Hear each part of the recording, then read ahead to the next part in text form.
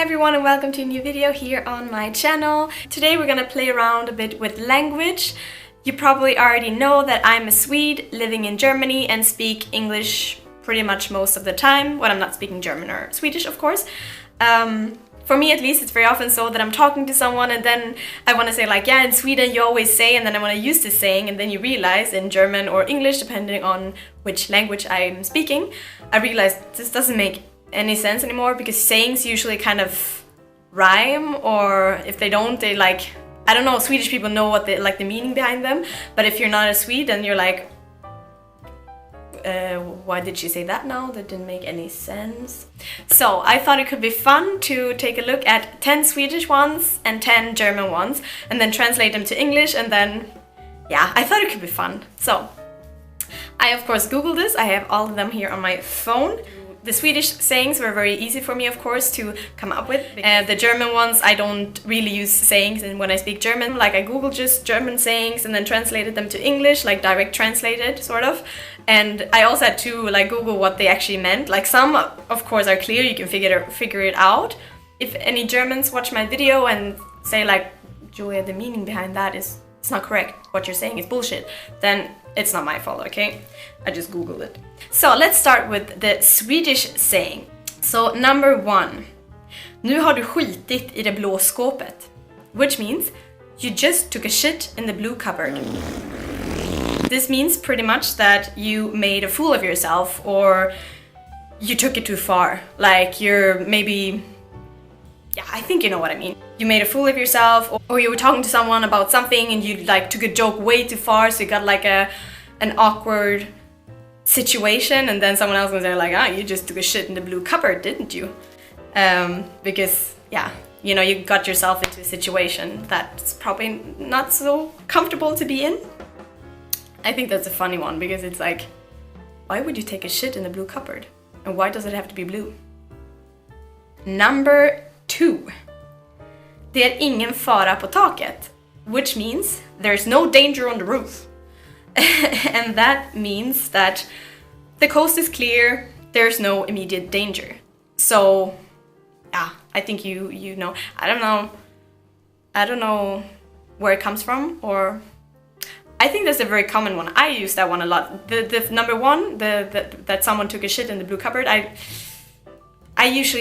don't think I ever used it like seriously. I probably said it as like for fun, but I would never use it in like a conversation or something like that. But det är ingen fara på taket is actually something that I do use, and every time I use it I'm like, why do you say that? It's a weird thing. Anyway, number 3. Finns det hjärterum så finns det stjärterum. And this one rhymes, as you probably hear. This one means if there's space in the heart, there's space for the butt. And that means like, I got a bit surprised when I googled the real meaning behind it, because I would always say it, for example, I mean, I think it makes sense. I would always use this one, for example, if you're sitting on a bench and like there is a small space left and someone says, oh, can you squeeze in? It's like, can I sit with you? And then you're like, yeah, if there's space in the heart, there's space for the butt, you can sit down next to us, you know? I would use it like that.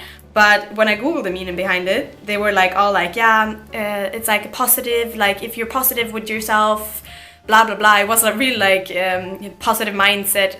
I mean, it makes sense, but it says like things will work out if you have a positive mindset. That's how I translated it, but the way they described it when I googled it, it was like super like, I don't know, it was really like whatever. So I wrote, things will work out if you have a positive mindset, because if you have a positive mindset and you're like, yeah, of course, there's always space for you, we can just squeeze together, you can sit on my lap, whatever, you know. But I always use this one as like, I don't know where I'm going with this. Whatever. So you can, like, what I want to say, what I think I want to say is, I would only use this one, for example, when you talk about actual space, you know, like, yeah, sure, you can sit with us, there's space next to us, we can just squeeze together, then I would use it. I wouldn't use it as how they described it on Google, like, in a situation, as long as you have a positive mindset, everything works out. I would never use it in another situation, you know what I mean? Yeah. I think you know what I mean. Anyway, number 4. bättre en fågel i handen än 10 i skogen. Which means, rather one bird in your hand than 10 in the forest. I never use this saying. It means that you rather have a little that is safe because you have it than a lot that you're hoping to get. Did that make sense? That was my way of putting it. So like you have something in your hand, sure it's only one bird, but at least you have it. Then that you have 10 wild birds flying around in the forest and you hope to catch them all, but it's like more insecure because you actually don't have them, you just hope of getting it. So it's better to have that one little bird that you actually have. So yeah, you should appreciate the small things that you actually do have than to hope for something you may never get. That was such a nice way of putting it. Okay, number 5. Smaken är som baken, delad.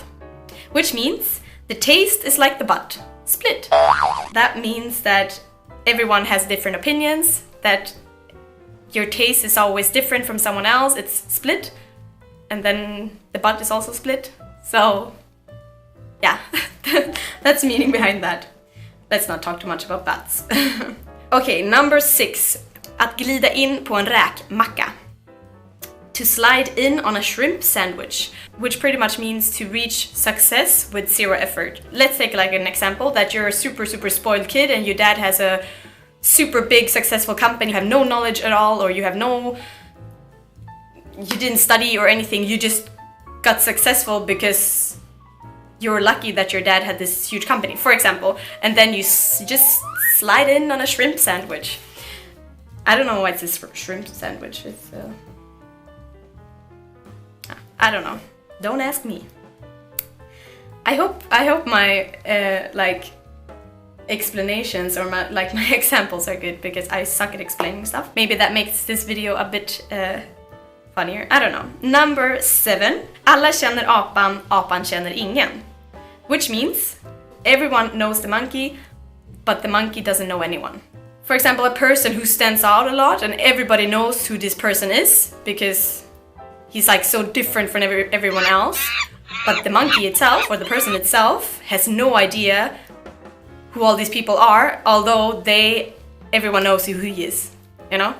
This feels like such a small town thing. I don't know, probably it's like that in every city, I don't know. I have never used this saying, I think.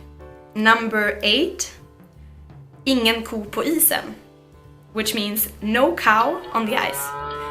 Which also means like danger on the roof, that there's no risk of danger, no need to panic because it's not standing like a cow on the ice, so the ice is not gonna break, so no danger. Yeah, I think that's it. I never used that one either. Number 9. Upp som en sol, ner som en pannkaka. Which means rise like the sun and fall down like a pancake. The meaning behind it is that you first succeed and then you fail. Yeah. I don't know why it's a pancake. Probably because you flip a pancake. Like you throw it up in the air and then it looks like a sun and then... Yeah. Number 10. And this is the last one. In Swedish, nära skjuter ingen hare. Close shoots no hare or rabbit. I think it's hare. Yeah. Which means it's not enough to almost succeed. If you don't hit, you'll have no rabbit for dinner. Do you say rabbit or hare? What's the difference between a rabbit and a hare? I think it's a hare, the one you like jump around in the forest. The rabbit is the little cute one that you have when you were a kid as a pet. I wasn't actually sure what it meant. Like I know what it means because I actually use this saying, but when you think about it, what does it actually mean? Yeah, so what it actually means, it's not enough to almost succeed because you almost hit the rabbit when you were shooting at it. But that doesn't matter because you missed and then you don't have your rabbit for dinner. So that was 10 Swedish ones. Let's jump over to 10 German ones. And like I said, this is Google only. I never used these sayings. So a lot of them were new to me too. So number 1. Nur die Harten kommen in den Garten. Which means only the hard come in the garden. Or the hard ones maybe come in the garden. What it means is that only the strongest survive. Yeah, I don't know about coming in the garden, but yeah, sayings never make sense. Number 2. Du Du gehst mir tierisch auf den Keks. Which means you walk me animally on the cookie. Like animally? Is that a word? This is my direct translation. You walk me animally, like tierisch, like... In Swedish you would say djuriskt, but English, animally? Is that a word? Anyway, on the cookie. And what cookie? This one really doesn't make any sense to me, but what it means is you're driving me crazy. Stop walking on my cookie, man. Yeah, number 3. Klappe zu, Affe tot. Which means close the lid, the monkey is dead. And you use this one when you want to say, let's put an end to this. What's the deal with all the monkeys? It's like in Swedish too, you also have this, everyone knows the monkey doesn't know anyone. And here, you should close the lid because the monkey is dead. Okay, number 4. Ich glaube, mein Schwein pfeift. Which means, I think my pig whistles. And that is a term you use when it's something that you don't believe. Like it's unbelievable. Because pigs don't whistle. Number 5. Like, I don't have so much to say about these because these are actually new to me as well. But now if I hear anyone say them, I know what they mean. So number 5. Die dümmsten Bauern ernten die dicksten Kartoffeln. So the dumbest farmers get the biggest potatoes. The explanation behind it, stupid people always win. I really don't see the logic behind that, but apparently stupid people always win. Number 6. Da liegt der Hase im Pfeffer. The rabbit lies in pepper. The explanation behind this is the cause of that. So, like for saying, like if you're explaining something and then you give the reason behind it, then you can say, I guess, da liegt der Hase im Pfeffer. Number 7. Alles hat ein Ende, nur die Wurst hat 2. Everything has an end, only the sausage has 2 ends. And the English version of this is all good things must come to an end. Why am I not surprised that Germans bring up the sausage in their sayings? Number 8. Das ist mir Wurst. Wurst. Currywurst. Wurst. Das ist mir Wurst. Bratwurst. Wurst. Das ist mir Wurst. Why is this so hard? Bratwurst. Bratwurst. Number 8. Das ist mir Wurst. Which means, that's sausage to me. And what it means is, you don't give a shit. You don't care. So, das mir Wurst. That's sausage to me. Wow, they really love sausage sayings. Number 9 is also about a sausage. Sie spielt die beleidigte Leberwurst. Which means she's playing the insulted liver sausage. The meaning behind it is a person who is all worked up. Aww, sie spielt die beleidigte Leberwurst. She's playing the insulted liver sausage. Number 10, the last one for today, is mit jemanden ist nicht gut Kirschen essen. It's not good to eat cherries with someone.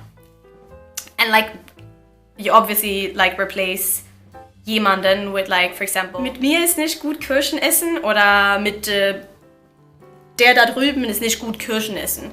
And the meaning behind it is it's not good to eat cherries with this person.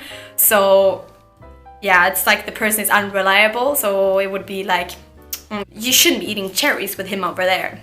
And when I was Googling the reason behind, the meaning behind it, it also came up like what you use for this kind of saying in different countries. And then it came up what you say in Swedish, and that was honom ska du inte knäcka nötter med, which means it's not good to crack nuts with that one. I never heard that one, but I thought it was funny, and since I did Swedish one, I thought it could be funny that I say this one. So that was So the only one I heard from the German ones is the Das ist mir Wurst. I've heard a lot of people saying that. Maybe I should start using that. I should definitely start using more sausage sayings, because I mean, that's sausage to me.